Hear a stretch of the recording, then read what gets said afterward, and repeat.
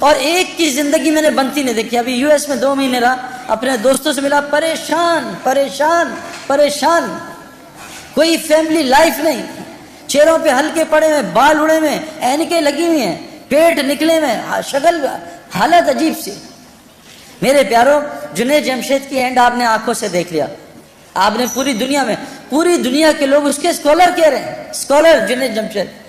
وہ کہاں سے اسکالر آ گیا میرے پیاروں؟ کہاں ناچنے گانے والا, کہاں لوگ برا.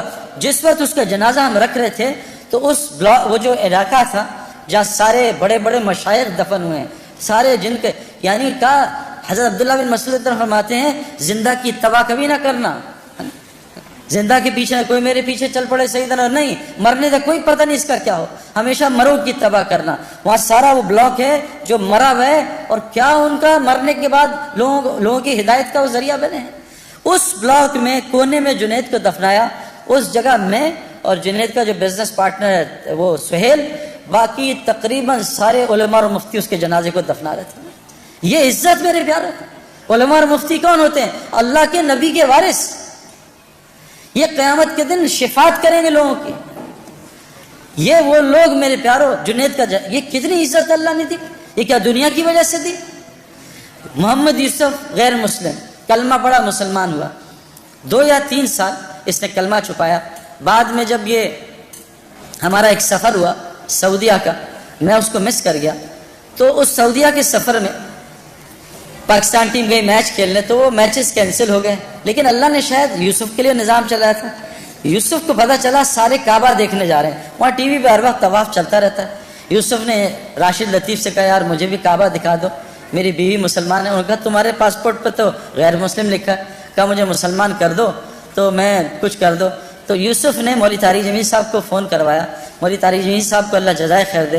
یوسف کی ساری ترتیب بنائی کہ عربوں کو کہا دیکھو یہ میرا آدمی ہے, یہ بہت بڑا کرکٹر ہے, بہت بڑا, اس کا وہ بناؤ, اس کا پیپر, یہ مسلمان ہے, اس کا پیپر بناؤ اور اس کو عمرہ کراؤ.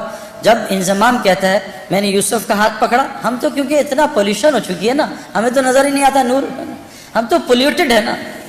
جو آدمی گوبر کے میدان میں بیٹھا اس کو گوبر کی بدبو تھوڑی آتی ہے نا, جو آدمی پرفیوم کی دکان میں بیٹھا اس کو خوشبو تھوڑی آتی ہے پرفیوم کی. گاڑی میں بیٹھے, گیلی گاڑی ہے, بدبو آ رہی ہے, 5 منٹ بیٹھے گاڑی کی بدبو ختم ہو جاتی ہے.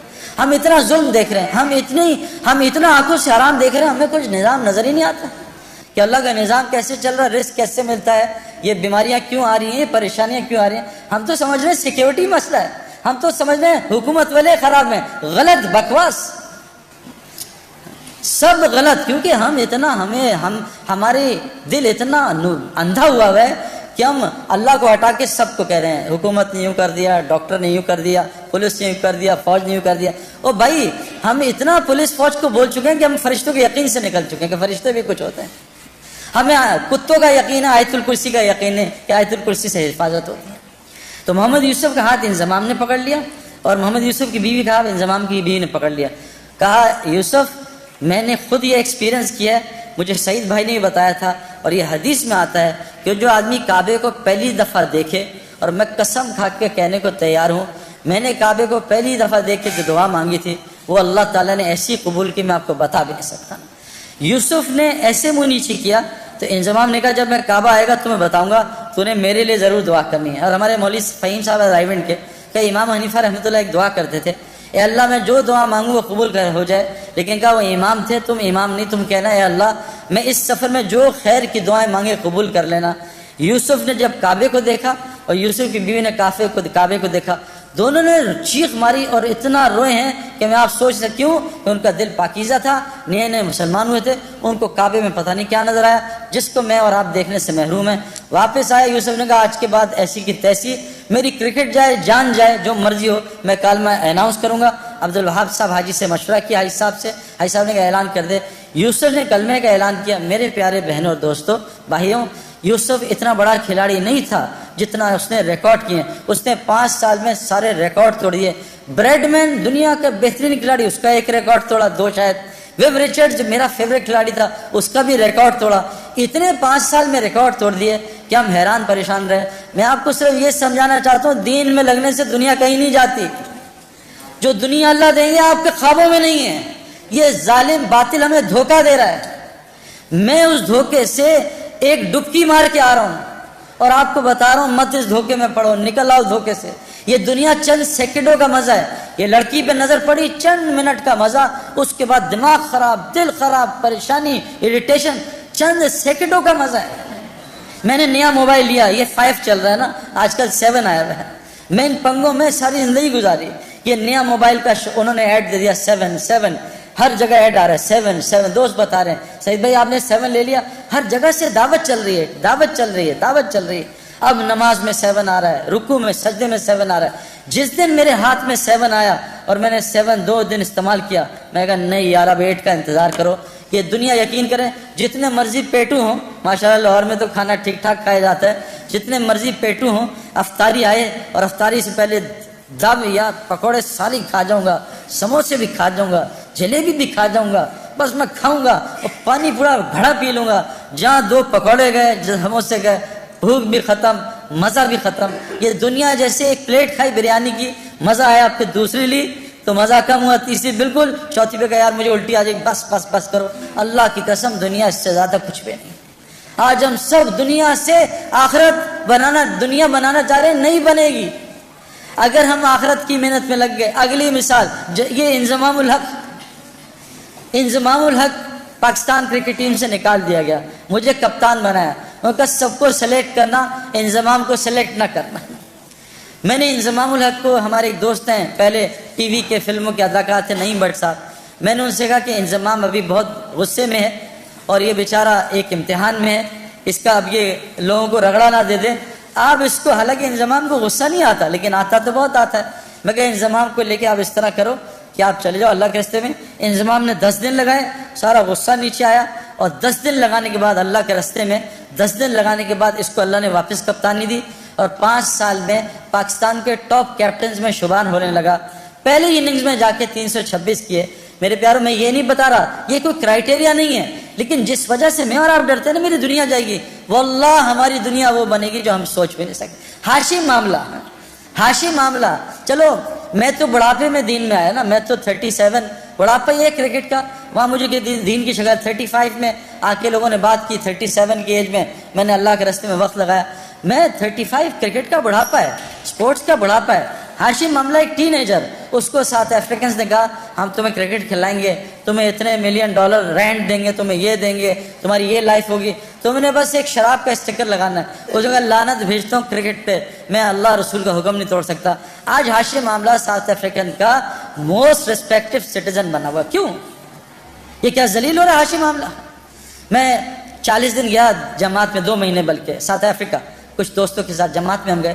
جب مجھے ڈربن میں انویٹیشن انہوں نے دیا کہ آ کے یہاں بات کو اسٹیڈیم میں، اس کی ٹیم کے کھلاڑی بھی تھے اور مختلف قسم کے وہ اسکوررز اور کامنٹیٹرز۔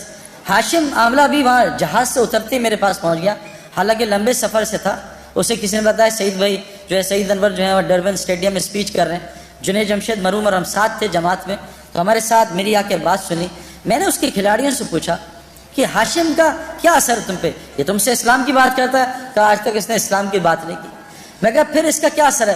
کہا جب ہم میچ ہارتے ہیں یا ڈپریس ہوتے ہیں یا ہم جلدی آؤٹ ہو جاتے ہیں، فیلر ہوتا ہے، ہاشم معاملہ جب نماز پڑھنے لگتا ہے نا اور جب قرآن پڑھنے لگتا ہے، ہم اس کے چہرے کی طرف دیکھتے ہیں، اس کے چہرے کو دیکھ کے ہمیں سکون ملتا ہے، ہم سوچتے ہیں اس کے اندر کتنا سکون ہوگا۔ میرے پیارو، مچھلی کو سکون تو پانی میں ملتا ہے، یہ پانی کے باہر تلاش کر رہی ہے۔ کتنی مثالیں آپ کو دنیا کو دوں، میں نے ان آنکھوں سے میں آپ کو کیا بات بتاؤں کہ جو لوگ تبلیغ کا، دعوت کا صحیح کام کر رہے ہیں، میں نے امریکہ گیا ہوں، میں پوری دنیا پھرا ہوں، اللہ تعالیٰ دنیا میں ان کو، کیوں کہ اللہ نے قرآن میں فرمایا ہے جس کا مفہوم ہے کہ جو بھی نیک عمل کرے گا، چاہے عورتیں ہوں یا مرد ہوں، اللہ قرآن میں کہہ رہے ہیں جو بھی نیک عمل کرے گا، عورت ہو مرد ہو، شرط مومن ہو۔ اللہ کہہ رہے ہیں لام اور نون قرآن میں جہاں آتا ہے اس کا مطلب ہے اوبلیگیٹری ہو جاتا ہے، اس میں کوئی ڈاؤٹ نہیں ہے۔ اللہ کہہ رہے ہیں لام اور نون ملا کے کہہ رہے ہیں کہ میں ضرور بالضرور 200% میں اس کو حیات طیبہ کہتے ہیں جنت فردوس کی زندگی کے ایپیٹائزر کو، میں اس کو دنیا میں بسر کرواؤں گا، جنت کی زندگی یہاں بسر کرواؤں گا۔ آج مسلمانوں پہ زندگی جو ہے وہ جنت کے نہیں ہے میرے پیاروں، کیوں کہ آج مسلمانوں میں کیا ہے؟ دیکھو جنت کی زندگی کے علامات ہیں، جہنم کی زندگی کے علامات ہیں. جب سردیوں کے ریکارڈ ٹوٹنے شروع ہو جائیں علامت ہے کہ ٹھنڈی جہنم سانس لے رہی ہے کہ ان کو میرے پاس بھیجو. جب گرمیوں کے یہ جو الگ الگ چیزیں آ رہی ہیں نا وہ اپنی جگہ، میں آپ کو قرآن اور حدیث کی باتیں سنا رہا ہوں. جب گرمیوں کے ریکارڈ ٹوٹنے لگیں سمجھ لو جہنم جو گرم ہے وہ سانس لے رہی ہے، جہنمیوں کو اپنی طرف بلا رہی ہے. آج پوری دنیا میرے پیاروں یہ اس کا شکار ہے. جنت کی زندگی کیا ہے؟ الا قیلا سلاما سلاما، الا قیلا سلاما سلاما. ہمارے اندر سے سلام ہی ختم ہو گیا. جہاں سلام سلام سلام ہو یہ جنت کا ماحول ہے. جہاں گالم گلوچ غیبت جھوٹ بد نظری یہ جہنم کا ماحول ہے. جہاں تو میں لڑائیاں جہنم میں یہی ہوگا، تو نے مروا دیا، تیری وجہ سے ہوا، تیری وجہ سے میں فیل ہو گیا، تیری وجہ سے کاروبار میں نقصان ہو گیا. یہ جہنم کی علامات ہیں. جیلوں کا بڑھ جانا، ہسپتالوں کا بڑھ جانا، کورٹ کچہریوں کا بڑھ جانا، مسلمانوں کا آپس میں لڑنا، میرے پیارو یہ علامت جنت کی نہیں ہے. یہ جو تبلیغ کی محنت ہو رہی ہے نا یہ اس لیے محنت ہو رہی ہے کہ ہم ایسی وہ محنت کر لیں جو حضرت محمد صلی اللہ علیہ وسلم نے صحابہ پہ کی.